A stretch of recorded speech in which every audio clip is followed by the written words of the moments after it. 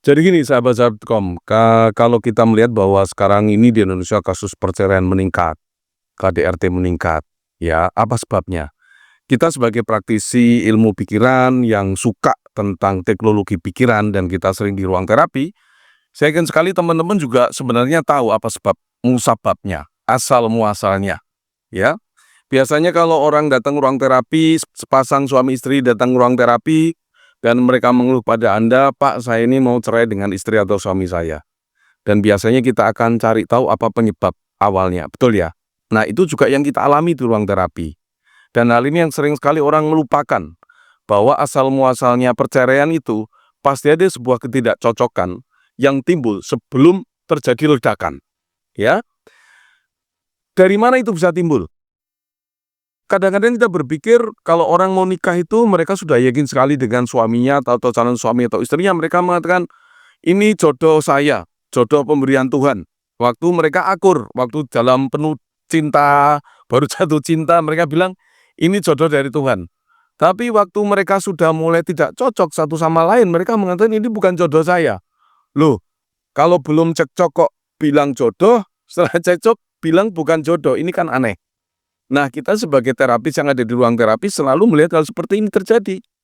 Dan kita akan melihat ke akar masalahnya. Apa sebenarnya akar masalah sebelum ledakan orang mau bercerai itu terjadi?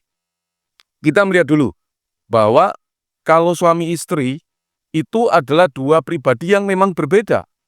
Ya, tidak ada yang sama, berasal dari latar belakang yang berbeda, orang tua yang berbeda, kebudayaan berbeda, bisa jadi agama yang berbeda. Nah, ini semua berpengaruh saat mereka bertemu dan menyatukan diri di dalam ikatan perkawinan. Betul ya? Banyak orang terjebak bahwa setelah mereka menikah itu, mereka tidak perlu belajar apapun. Ada juga yang mengatakan bahwa, ya saya seperti ini, kamu terima saya apa adanya, seperti ini ya seperti ini, gitu ya. Saya sarankan ke klien saya kalau misalnya mereka belum nikah dan mendapatkan calon pasangan yang mengatakan seperti itu, saya katakan, janganlah kamu menikah sama orang itu, percuma. Kenapa? Karena kamu menikah dengan orang mati. Untuk apa menikah dengan orang mati? Gak bisa. Kalau kita memang bertanggung jawab untuk pernikahan kita, siapapun dia, pasangan ini, mereka harus betul-betul bertumbuh dan bertanggung jawab supaya pernikahan ini tidak bercerai. Karena semua niat perkawinan itu tidak ada niat bercerai pada awalnya. Betul atau betul? Ya, nggak ada. Nikah kok untuk cerai, mendingan nggak usah nikah. Semua pernikahan tujuannya tidak bercerai. Nah, tapi kenapa bisa bercerai? Karena entah dua-duanya tidak bertumbuh, entah salah satu tidak bertumbuh, entah dua-duanya tidak bertumbuh. Kalau satu bertumbuh, satu tidak bertumbuh, pasti tidak terjadi sinkron. Apalagi kalau dua-duanya tidak bertumbuh. Nah, ini yang selalu kita katakan pada pasangan yang mau menikah. Jadi, jauhkan pikiran, kalau Anda menikah, Anda tidak perlu belajar lagi untuk menjadi pasangan yang ideal. Itu salah. Anda harus tetap belajar menjadi pasangan yang ideal, meskipun Anda sudah menikah. Karena pernikahan Anda tidak menggaransi Anda menjadi seorang pasangan yang ideal untuk pasangan yang lain. Tidak. Menikah ya hanya butuh uang dan surat dan urat. Tidak lebih dari itu. Tetapi kemampuan menjadi pasangan yang ideal itu perlu belajar, perlu bertumbuh, perlu baca, perlu ikro. Kalau pasangan tidak bertumbuh, tidak belajar, tidak membaca, ya tidak heran kalau pernikahan mereka berujung pada perceraian. Kalau tidak berujung pada perceraian, itu adalah sebuah keberuntungan saja.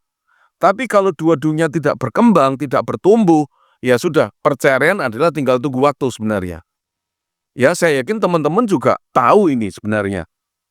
Nah, efek langsung dari perkawinan, penyatuan laki-laki dan perempuan, persatuan tubuh perempuan dan laki-laki, itu adalah mereka mempunyai anak nantinya. Sekarang bayangkan, kalau orang tua ini atau pasangan suami istri ini yang tidak punya ilmu menjadi pasangan yang baik, mereka mempunyai anak. Dan biasanya mereka yang tidak mau belajar menjadi pasangan yang baik, juga tidak mau belajar menjadi orang tua yang baik. Memiliki anak tidak secara otomatis membuat kita itu menjadi orang tua yang baik. Itu dua hal yang berbeda lagi. Sama juga tadi menikah tidak secara otomatis membuat kita menjadi pasangan ideal. Tidak. Yang ngomong siapa? Nggak ada. Termasuk menjadi orang tua. Menjadi orang tua pun ada ilmunya, ada caranya. Harus belajar, harus membaca, harus iqra terus-menerus. Saya yakin teman-teman sepakat sekali karena kita sama-sama terapis ya. Nah, apa yang sering kita bisa berikan kepada pasangan yang cekcok dalam tanda petik, ya, yang bermasalah dalam tanda petik, yang mau bercerai dalam tanda petik. Saya biasa tanya ke mereka, kepada perempuan, "Mbak, kamu tahu nggak kamu nikah sama apa?" gitu. Duh, maksudnya Pak Adista apa nikah sama apa? Ya, saya mau tanya, Anda tuh nikah dengan apa? Ya, dengan manusia, Pak. Oke, bener. Jenis kelaminnya apa? Ya, laki-laki toh, Pak. Oh gitu ya. Anda sudah tahu belum cara mengatasi atau menangani laki-laki? Nggak tahu, Pak. Itu masalah Anda, Mbak, saya bilang gitu. Saya balik tanya kepada yang laki-laki, Mas, kamu nikah sama apa ini? Ya, sama perempuan, Mbak Dista. Sudah tahu belum cara menangani seorang wanita yang kebetulan adalah istrimu? Nggak tahu, Pak. Itu masalah kalian. Itu adalah masalah Anda berdua, saya bilang gitu. Karena Anda menikah dengan makhluk yang satu perempuan, satu laki-laki. Tapi dua-duanya tidak tahu cara menghandle makhluk laki-laki dan makhluk perempuan. Kenapa? Karena tidak mau belajar, titik. Alasannya cuma itu. Jadi kalau Anda berdua ingin mempertahankan pernikahan Anda, belajarlah, bacalah, iqra-lah yang lebih banyak. Nah, kalau kita mau bicara soal percekcokan atau ketidakcocokan, itu memang harus terjadi. Karena dua orang ini bukan orang yang sama, seperti kita bicarakan di depan tadi ya. Berasal dari latar belakang yang berbeda. Karena berbedalah kita menjadi satu. Perbedaan jangan dibuat kita bercerai, tapi karena kita masing-masing berbeda, kita belajar menjadi lebih baik lagi, dan kita saling dukung satu sama yang lain, sehingga yang berbeda ini menjadi sesuatu yang kuat sekali.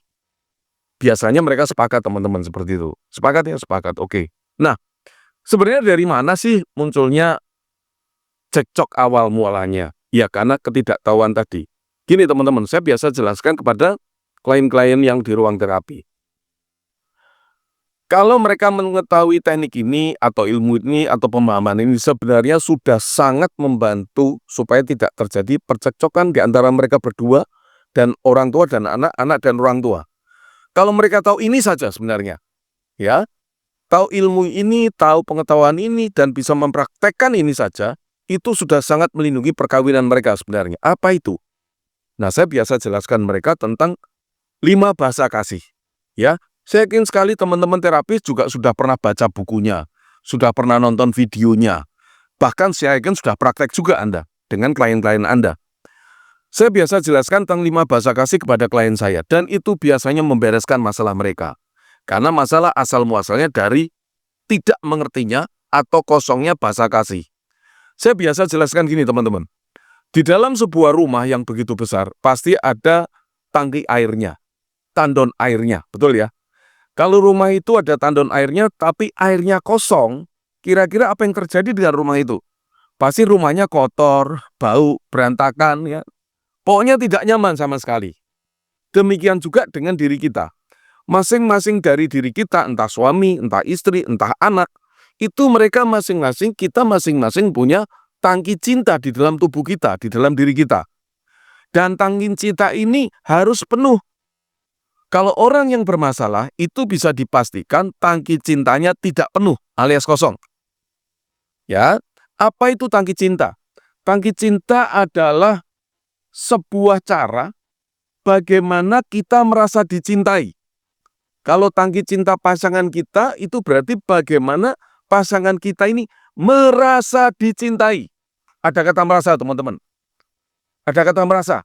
Sebab kalau suami dan istri, suami memberikan uang, tapi si istri ini tidak merasa dicintai dengan pemberian uang, tapi istrinya ini sebenarnya lebih senang atau merasa dicintai kalau disentuh-sentuh, itu pasti berbeda teman-teman. Si suami merasa sudah memberikan cinta untuk istrinya, tapi si istri tangki cintanya tidak terpenuhi. Kenapa? Karena bahasa cinta si istri bukan pemberian atau hadiah, tetapi adalah sentuhan fisik. Nah, si suami merasa mencintai, si istri merasa tidak dicintai.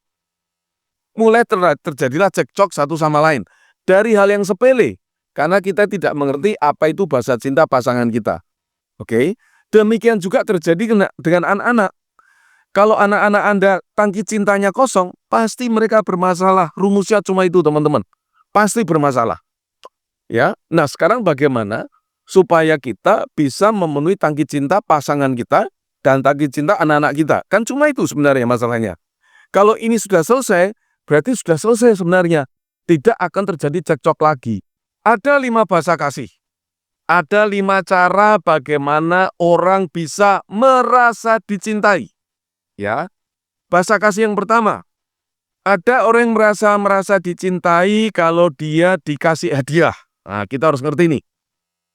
Jadi saya ulangi lagi, ada orang yang merasa dicintai kalau dia diberi hadiah. Yang kedua, ada orang yang merasa dicintai kalau dia diberi sentuhan fisik.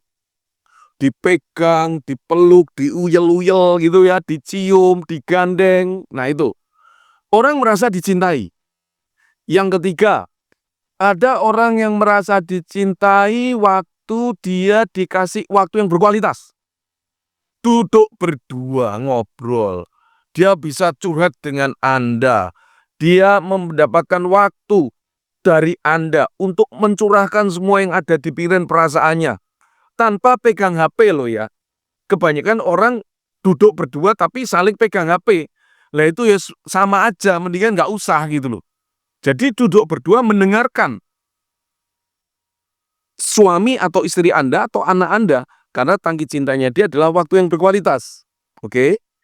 Ada yang keempat, ada orang yang merasa dicintai karena dia dikasih pelayanan, dilayani, dibikinkan minum, dimasakin, dibikinin kopi, dibikinin.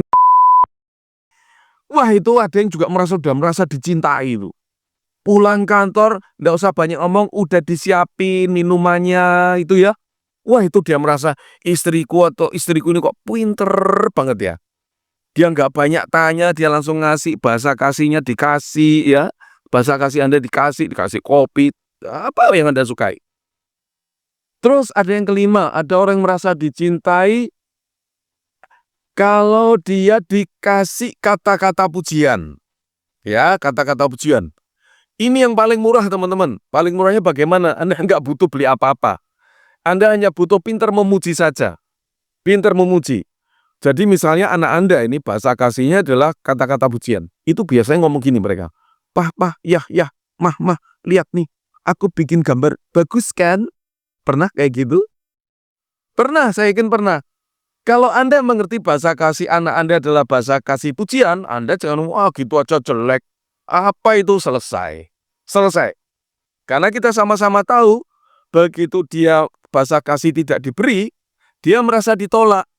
Dan kita juga tahu bahwa pikiran ini, bedanya dengan komputer tidak bisa bikin program, tapi pikiran bisa bikin program, hati-hati ya. Waktu anak Anda merasa ditolak, dia langsung merasa, loh, papa atau mama saya nggak cinta saya. Saya udah bikin bagus-bagus lukisan kok dijelek-jelekin kayak gitu. Dijelek-jelekin kayak gitu. Ya, nah kita harus tanggap terhadap seperti ini teman-teman. Ya, jadi kita tahu sudah ada 5 bahasa kasih dan kitalah yang wajib memenuhi bahasa kasih pasangan kita. Wajibnya kita. Kalau Anda suami ya Anda yang memberikan bahasa kasih istri Anda. Kalau Anda istri, Anda wajib memberikan bahasa kasih suami Anda. Kalau enggak Anda yang ngasih, dikasih perempuan lain ya selesai, tinggal tunggu waktu. Kalau si suami tidak memberikan bahasa kasih istri Anda sesuai dengan apa yang diinginkan istri Anda, yang sesuai dengan istri Anda, siap-siap saja. Nanti kalau ada laki-laki yang kebetulan kok pas bahasa kasihnya memberikan untuk istri Anda, siap-siap, tinggal tunggu waktu. Ini yang sering terjadi di ruang terapi, teman-teman. Jadi, kalau kita sudah mengerti konsep ini, ya, kita mengerti konsep ini, bahwa bahasa kasih itu adalah bahasa pikiran tidak sadar sebenarnya. Saya tidak mau ngomong pikiran bawah sadar. Ini bahasa pikiran tidak sadar. Ini adalah basic instinct. Nah, gitu aja. Semua orang butuh bahasa kasih. Dan bahasa kasihnya dipenuhi. Sesuai yang dia mau. Jangan sesuai yang Anda mau. Beda. Kadang-kadang kita bahasa kasihnya adalah memberi kita. Kita biasanya menganggap orang lain bahasa kasihnya sama dengan kita. Kita memberikan segala sesuatu untuk banyak orang. Padahal belum tentu bahasa kasih pasangan kita itu diberi, belum tentu. bahasa kasihnya mungkin waktu berkualitas. Ini jebakannya di sini. Kalau bahasa kasih kita memberi, biasanya kita berpikir semua orang bahasa kasihnya juga diberi. Kalau bahasa kasih kita adalah melayani, kita anggap semua orang bahasa kasihnya juga dilayani. Belum tentu. Jadi, kalau Anda punya suami atau istri, Anda tanyakan ke pasangan Anda, sayang, kalau dari 5 hal ini, kamu milih mana yang mau aku lakukan untuk kamu? Yang pertama, kamu aku peluk-peluk, aku cium-cium. Yang kedua, kamu aku kasih hadiah. Cincin, emas, permata, dan lain-lain. Yang ketiga, aku kasih waktu yang berkualitas, aku ngobrol sama kamu berdua saja. Yang ketiga, aku layani kamu. Layani kamu. Yang keempat, aku kasih kamu kata-kata pujian. Kira-kira dari 5 ini kamu pilih yang mana? Biasanya teman-teman ada 2 yang paling dominan, biasanya. Ya, Anda dengarkan pasangan Anda mengerti pasangan Anda, dan Anda penuhi apa yang diinginkan pasangan Anda, bukan apa yang Anda inginkan. Karena tugas Anda memenuhi bahasa kasih pasangan Anda, bukan memuaskan bahasa kasih Anda. Demikian sebaliknya, yang istri tanya kepada suami. Nah, kalau Anda sudah kayak gini teman-teman, saya sangat yakin sekali bahwa perkawinan Anda akan jauh dari cekcok. Karena apa? Basic instingnya sudah dipenuhi. Kebutuhan pikiran tidak sadarnya sudah dipenuhi. Sehingga, ya sudah. Jadi berkualitas. Nah teman-teman, obrolan kita hari ini saya rasa cukup dulu. Nanti kita lanjut di obrolan berikutnya. Sampai bertemu dan sukses untuk kita semuanya. Terima kasih.